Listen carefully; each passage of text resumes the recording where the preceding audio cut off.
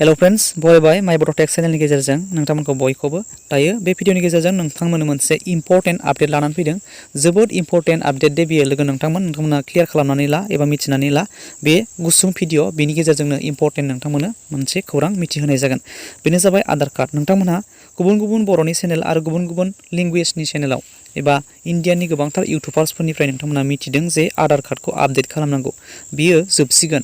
date होबाय बेफोरबायदि आरो नोंथांमोना फाइन नांगोन बेफोरबायदि बियो रियेलि बेसेबां सैथो नोंथांमोननो बे भिडिअनि गेजेरजों शेयार खालामगासिनो दं नोंथांमोना जोबजासिम नाय नोंथांमोनहा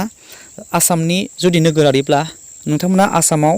आधार कार्डखौ प्रभाइड खालामनायानो बावाखै आधार कार्डखौ जाय बादिया आपडेट खालामनांगौ बिथांमोनहा जायफोरनि आधार कार्डआ 10 बोसोरनि बारबाय एबा गोजौ जाबाय बैफोरबायदि आधार कार्डखौसो नोंथांमोना आपडेट खालामनांगौ आरो नोंथांमोना बिनि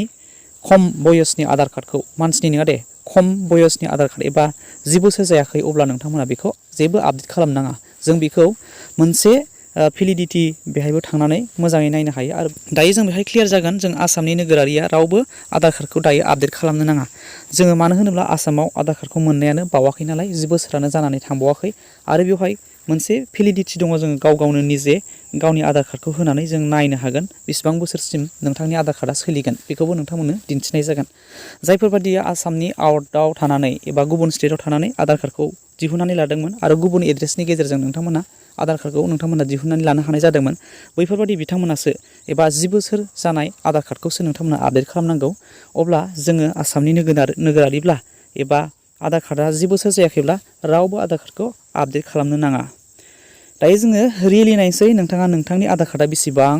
बैसोसिम थांगोन एबा नोंथांनि आधार कार्डआ बेसे गोबावसिम जोरगोन आरो बिनि भेलिडिटीया एक्सपायार जागोन जों बेखौ चेक खालामनोसै चेक आधार भेलिडिटी जोंनि बेवहाय आधारनि अफिसियेल साइटआव हाबनानै दङ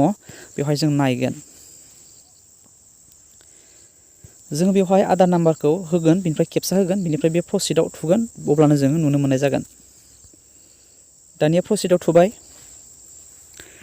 जों बेवहाय नुनो मोनदों जे बेवहाय एज बेन नोंथांनि आधार कार्डआ बेसेबांसिम सोलिगोन नोंथांनि आधार कार्डनि बैसोआ 20 निफ्राय 30 इयार्ससिम बियो सोलिगोन नोंथांनि आधार कार्डखौ जेबो नोंथाङा आपडेट खालामनो नाङा बेनिखायनो नोंथांमोनहाबो नाय गावनि आधार कार्डखौ